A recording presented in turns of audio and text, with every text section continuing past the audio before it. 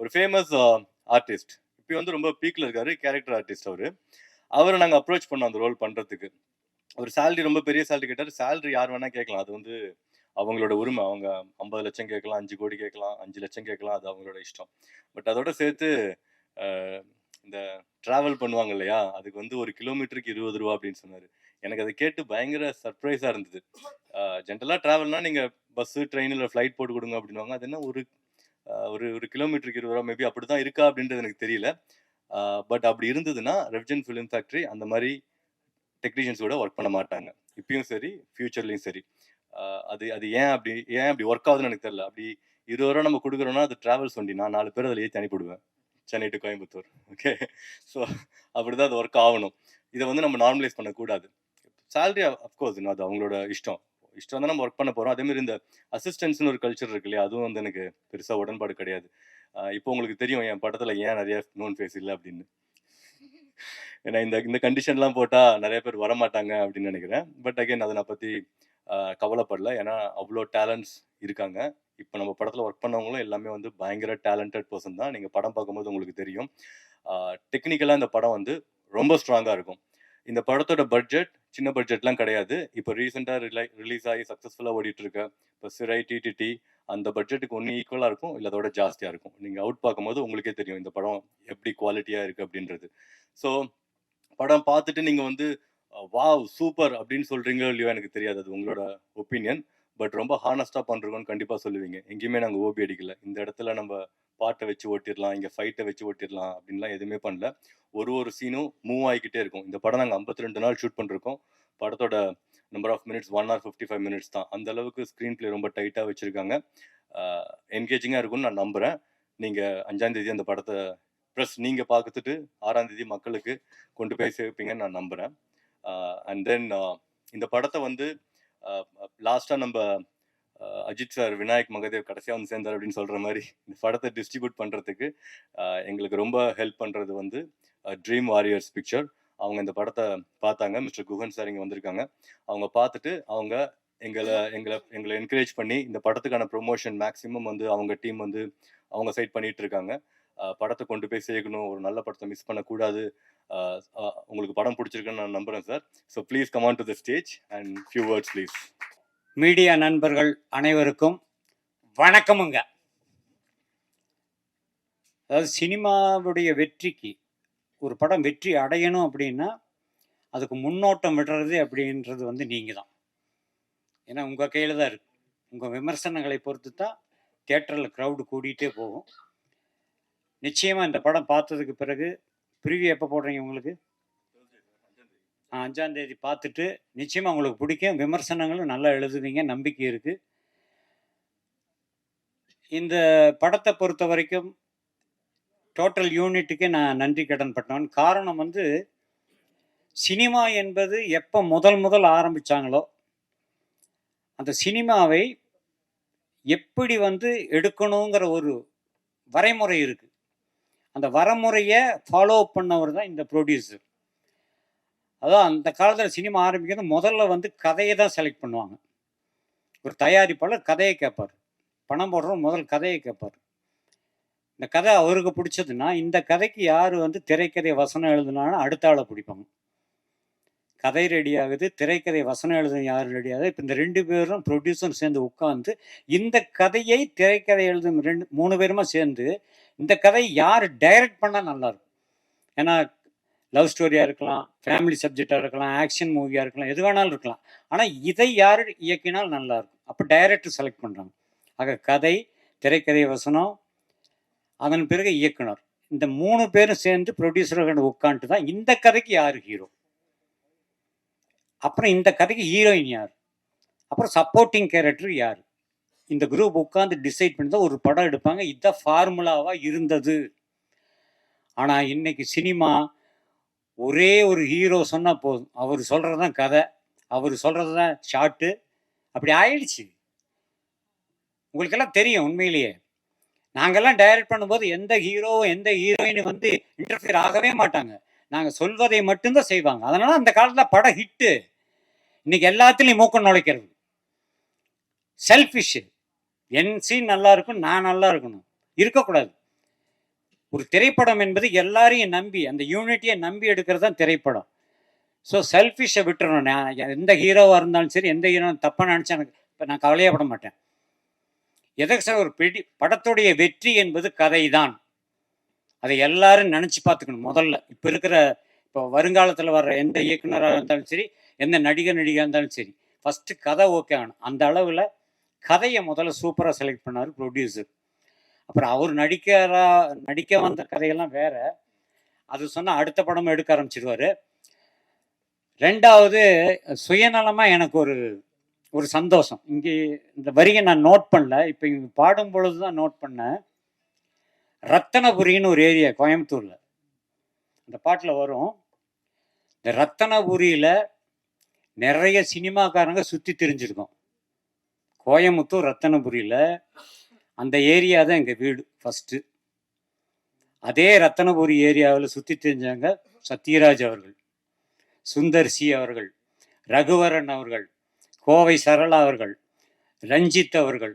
இந்த மாதிரி அங்கே ஒரு குரூப்பே, ப்ரொடியூசர் கேஆர்ஜி அவர்கள், ப்ரொடியூசர் கே கோபிநாத் அவர்கள், இந்த மாதிரி ஒரு குரூப்பே அந்த ஏரியாவில் நிறைய அங்கேயே சுற்றி தெரிஞ்சவங்க தான். இது உண்மை.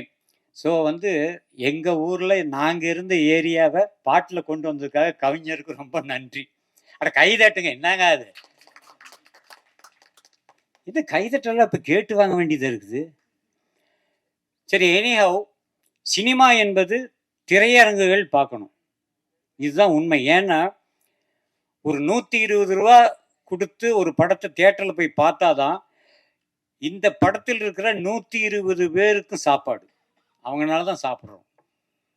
ஆக ஒரு படத்துடைய வெற்றி மறுபடியும் அந்த 120 இன்னொரு ஒரு ஸ்டெப்பு மேலே போகிறதுக்கு இருக்கு.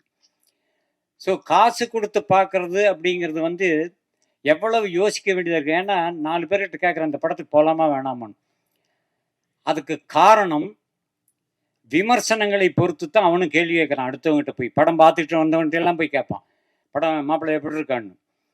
ஆனால் நீங்கள் கொடுக்குற விமர்சனம் மட்டுமே ஒரு படத்தை கண்டிப்பாக சில்வர் ஜூப்ளி கொண்டு போய் நிறுத்தம். அது உங்கள் கையில் தான் இருக்கு. நிச்சயமாக இந்த படத்தை நீங்கள் பார்க்கும் பொழுது நிச்சயமாக நல்லா தான் விமர்சனம் எழுதுங்க, நோ டவுட். பேசிக்காக நானும் ஒரு ரைட்டர் டைரக்டருக்குன்னு தான் சொல்கிறேன். நிச்சயமாக அந்த படம் மாபெரும் வெற்றி. இந்த படம் தியேட்டருக்கு வரும்போது ரெட் லேபிள்ன்ற டைட்டில் வச்சுட்டு படம் பார்க்க வருவாங்க. படம் பார்த்து வெளியே வரும்பொழுது நிச்சயமாக ரசிகர்கள் இதுக்கு கொடுக்கப்படும் முத்திரை green green green green label, இதில் மாற்று கருத்து கிடையாது. அவர் சொன்னார், என் படத்தில் ஒரு கேரக்டர், அதாவது எனக்கு முன்னாடி எனக்கு 2 பேர் இருந்தது. தமிழ்நாட்டுக்குள்ளே எங்கே போனாலும் சரி என்னை பார்த்தா அனுமோகன் யாருமே கூப்பிட மாட்டாங்க. யார் பார்த்தாலும் அப்புறங்க பாவம் புத்து எப்படி இருக்கீங்கன்னு தான். 2வது டைலாக்கு, எனக்கு நீங்கள் தான் எனக்கு இந்த புறாவுக்கே பெல் அடிச்சதும்பாங்க. ஆனால் இந்த படம் வந்ததுன்னா அதை 2ஐயும் விட்டுட்டு வேற மாதிரி கூப்பிடுவாங்க. என்னன்னு கேட்குறீங்களா? சிரிக்கக்கூடாது, ஆனால் சொன்னால் சிரிப்பீங்க. குஞ்சு, டே குஞ்சு. ஆர்வி உதயகுமாருடைய பிஏ நினச்சா ஒரு எம்எல்ஏ கேரக்டர் பண்ணியிருக்காரு. அவருடைய பிஏ நான் தான். குஞ்சப்பன் அப்படிங்கிற பேரை அப்பனை கட் பண்ணிட்டு அடிக்கடி எனக்கு கூப்பிடுற பேர் அதுதான். குஞ்சப்பா இங்கே வா, என்றா கொஞ்சம் பண்ணுற நீ, இப்படியே பேசிகிட்டு இருப்பார். ஆக இனிமேல் என்னை பப்ளிக்கில் தமிழ்நாட்டில் 7ஆம் தேதி காலையிலேருந்து குஞ்சுன்னு தான் கூப்பிடுவாங்க. உண்மையிலே சொல்கிறேன், என் நெஞ்சு நிறைந்த வாழ்த்துக்கள். ஏன்னா ஒரு படத்தில் நடிக்கும் பொழுது ஒரு கேரக்டருடைய பெயரை உச்சரிக்கிற அளவுக்கு ஒரு வாய்ப்பை 3வது தரமாக கொடுத்துருக்காங்க இந்த யூனிட். அவர்களுக்கு என்னுடைய நன்றி. இந்த திரைப்படம் 2026 இந்த திரைப்படம் வெளிவந்ததுக்கு பிறகு நிச்சயமாக இந்த படத்தில் ஏதாவது ஒரு தேசிய விருது வாங்கியே தீரும். வாழ்த்துக்கள் வாழ்த்துக்கள் வாழ்த்துக்கள். நம்ம ஏதாவது ஒரு ஷூட் பிளான் பண்ணுறோம்னு வச்சுக்கோங்களேன், அவங்க சார் நம்ம படம் ஷூட் இருக்கா, ஆமாம் சார் அப்படின்னு சொன்னோன்னு வச்சுக்கோங்களேன், இல்லை சார் எனக்கு அந்த படம் இருக்குது, முடிச்சுட்டு தான் வர முடியும் அப்படின்வாங்க. இல்லை ஷூட் நடந்துகிட்டே இருக்கும்போது சார் அந்த படத்துக்கு நான் போகணும் அப்படின்வாங்க. அது எல்லாம் ஒரே பேமெண்ட் தான் கொடுக்குறோம், பட் ஸ்டில் அந்த டிஃப்ரென்ஸ் இருந்துகிட்டே தான் இருக்குது. இதை நான் எதுக்கு சொன்னேன்னு எனக்கு தெரியல. Mister Pragatheeswaran, please come on to the stage. இவர் சூப்பராக ஒர்க் பண்ணுவாருங்க. நான் இவர் எனக்கு படத்தில் நடுவில் தெரியறதுக்கு முன்னாடியே தெரிஞ்சிருந்தா இன்னும் எஃபெக்டிவாக என்னால் பண்ணிருக்க முடியும். பட் எங்கள் டீம் கூட ரொம்ப கஷ்டப்பட்டாரு. ஏன்னா நான் ப்ரொடியூசராக இருக்கும்போது நான் ஜஸ்ட் லைக் தட், இப்போ டைரக்டர் கூப்பிட்டு ஜென்ரலாக பட்ஜெட் கேட்டு பட்ஜெட் கொடுப்பாங்கன்னு நான் கேள்விப்பட்டிருக்கேன். பட் நான் அப்படி பண்ணல. இந்த படத்தோட பட்ஜெட் என்னன்னு டைரக்டருக்கு தெரியாது. யாருக்குமே தெரியாது. எனக்கு மட்டும் தான் தெரியும் இந்த படத்தோட பட்ஜெட் என்ன அப்படின்னு சொல்லிட்டு. இவர் வந்து இப்ப அடுத்த நாள் காலையில நாளைக்கு ஷூட்டுக்கு இதெல்லாம் வேணும் அப்படின்னு சொன்னாருன்னா, கேட்டோனே நாங்க குடுத்துற மாட்டோம். நாங்க டைரக்டர், டிஓபிட்ட கேட்போம். என்ன ஃப்ரேம் வைக்க போறீங்க? என்ன ஷூட் பண்ண போறீங்க? இப்ப ஒரு 10 சேர் கேட்கறாரு அப்படின்னா, டிஓபி வந்து ஃப்ரேம் இங்க வைக்க போறோம் அப்படின்னா, சார் 5 சேர் போதும் அவ்வளவுதான் குடுப்போம். ஸோ அப்படிதான் வேலை செய்யணும்னு நான் நினைக்கிறேன். ஒரு ப்ரொடியூசரா இருக்கும்போது. ஸோ அப்படி பண்ணா நம்ப காசு வந்து இன்னும் எஃபெக்டிவா பண்ணலாம். பட் அது அன்னெசசரி எக்ஸ்பென்சஸ் அதெல்லாம் வந்து நம்ப ஈஸியா வந்து ஓவர் கம் பண்ணலாம். ஸோ பிரகதீஸ்வரன் எங்களுக்கு ரொம்ப ஹெல்ப் பண்ணாரு. சூப்பரா ஒர்க் பண்ணாரு. கடைசியில நாங்க என்ன பேமெண்ட் வந்து குடுத்தோமோ, அத வந்து சந்தோஷமா வாங்கிட்டாரு. இப்போ ஒரு 20 நாள் ஷெட்யூல் போறோம் அப்படின்னா, அந்த 20 நாளைக்கு என்னென்ன ஷூட் பண்ண போறோம், ஒரு டிபார்ட்மெண்ட்லயும் என்னென்ன எக்ஸ்பென்சஸ் இருக்கு அப்படின்றத கம்ப்ளீட்டா டீடைலா ஒர்க் பண்ணி என்னோட டீம்ட்ட வந்து ஹேண்ட் ஓவர் பண்ணுவேன். அதுக்கப்புறம் நான் ஜாலியா இருப்பேன். அவனுங்களால ஜாலியா இருக்க முடியாது.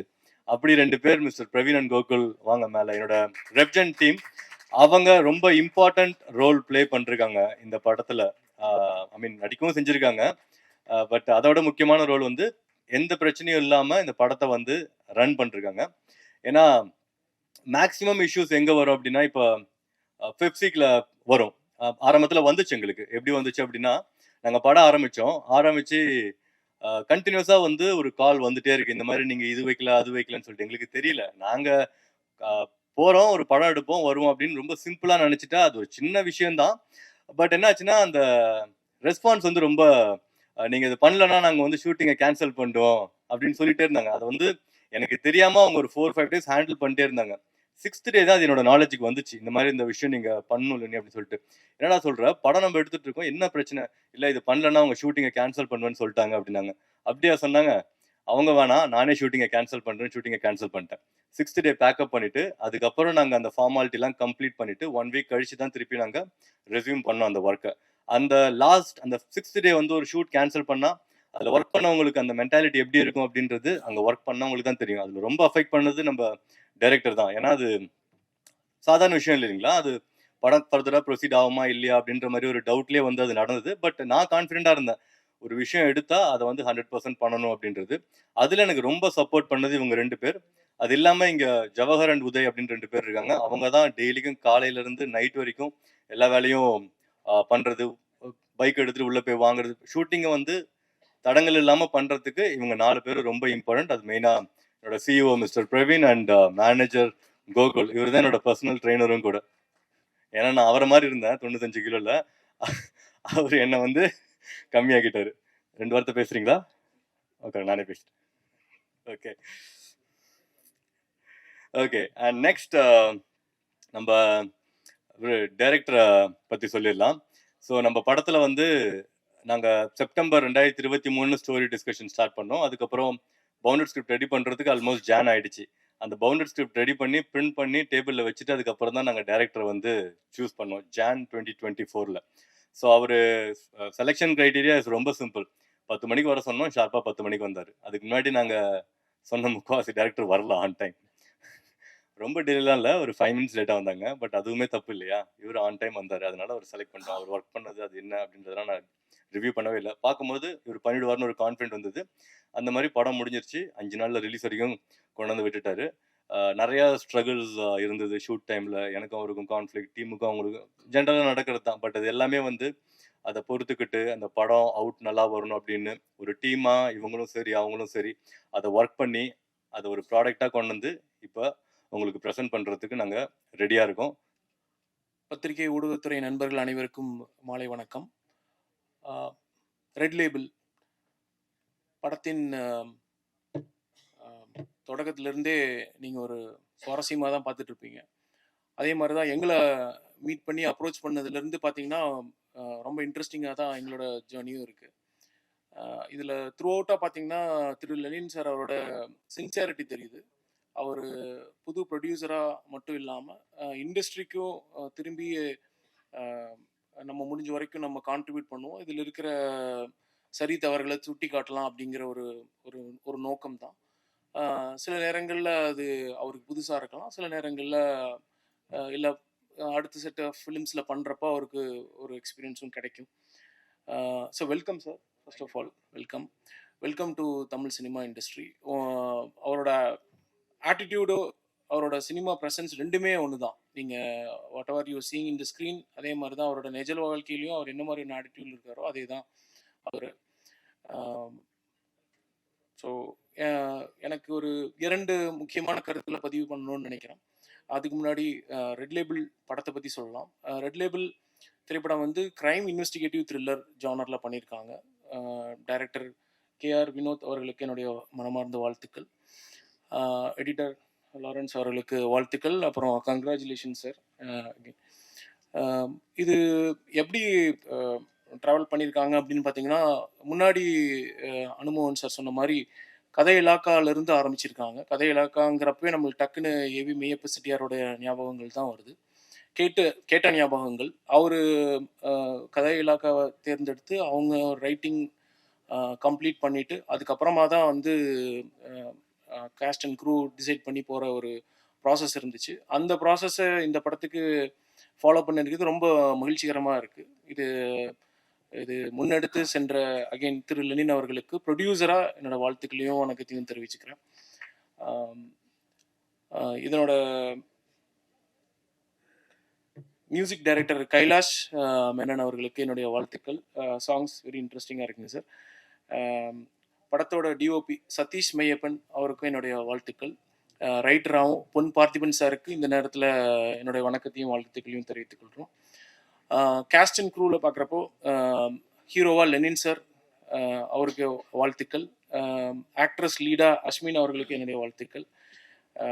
அனுமோகன் சார் வாழ்த்துக்கள் சார். முனிஷ்காந்த் சார் மற்றும் ஆர்வி உதயகுமார் சார் எல்லாத்துக்கும் என்னுடைய வாழ்த்துக்களை தெரிவிச்சுக்கிறேன். 2 முக்கியமான விஷயம் பேசணும்னு சொல்லி சொன்னேன். ஏன்னா இந்த மேடையே ரொம்ப இன்ட்ரெஸ்டிங்காக இருக்கு. இங்கே வந்து ஒரு சில திங்ஸை ஓப்பனாகவே பேசலாம் அப்படின்னு நினைக்கிறேன். இது வந்து கேள்வி பதில் விதமாக கொண்டு போகலாம்னு நினைக்கிறேன்.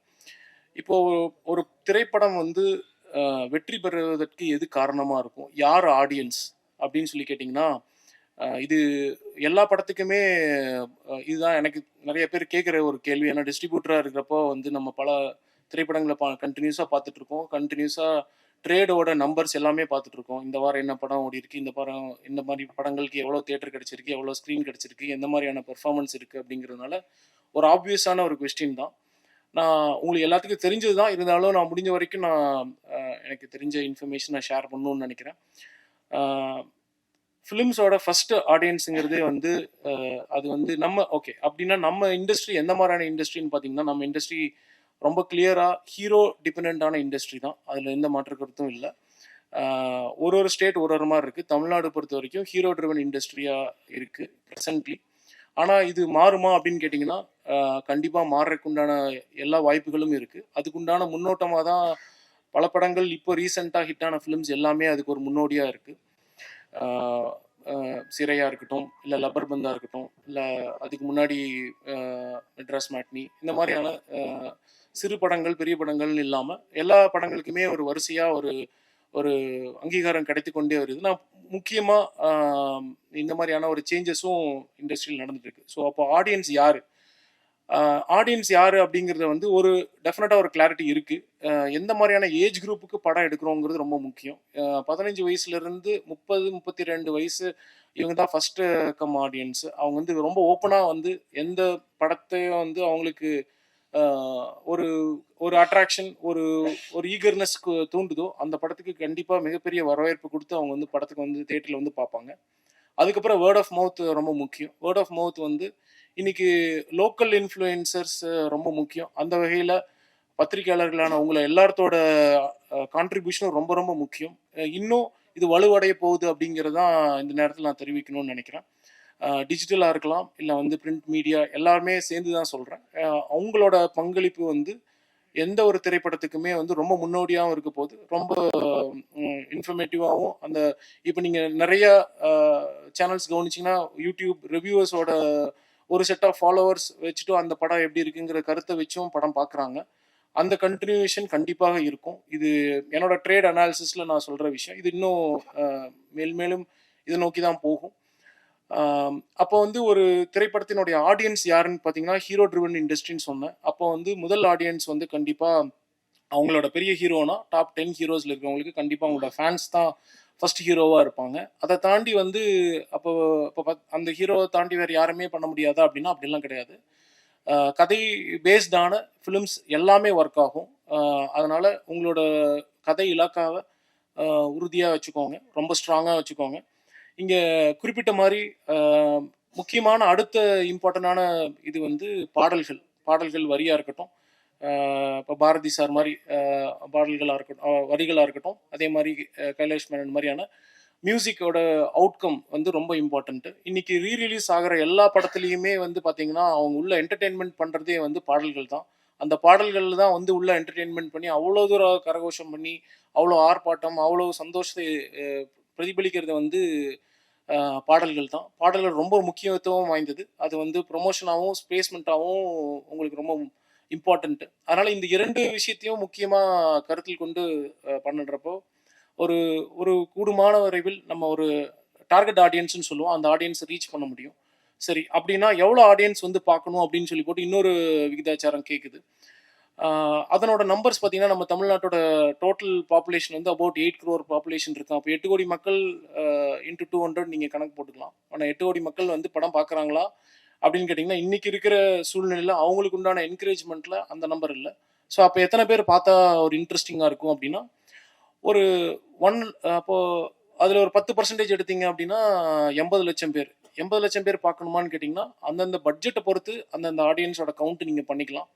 பட் குடும்பமான விரைவில் ஒரு ஒரு நியூ ஃபிலிம்ஸ் நீங்கள் கொண்டு வரீங்க அப்படின்னா உங்களோட மினிமம் ஆஃப் அண்டர்ஸ்டாண்டிங்லேயே எவ்வளோ ஆடியன்ஸ் பார்க்கணுன்னா அட்லீஸ்ட் ஒரு 2 லட்சத்துலேருந்து ஒரு 5 லட்சம் ஆடியன்ஸாவது உங்களுக்கு படத்தை பார்க்கணும் அப்படிங்கிறது, which is nothing but closer to 1% தான். 1% கூட இல்லை, 1% 8 லட்சம், அதுக்கும் கம்மியாக தான் சொல்கிறேன். பட் 5 லட்சம் பேர் பார்க்குற அளவுக்கு உண்டான ஒரு திரைக்கதையை அமைச்சு அதுக்குண்டான பாடல்களை அமைத்து ஹிட்டு கொடுத்துட்டு நீங்கள் உள்ளே வரப்போ வந்து தேட்டர் என்ட்ரன்ஸ் வந்து உங்களுக்கு அருமையாக இருக்கும்.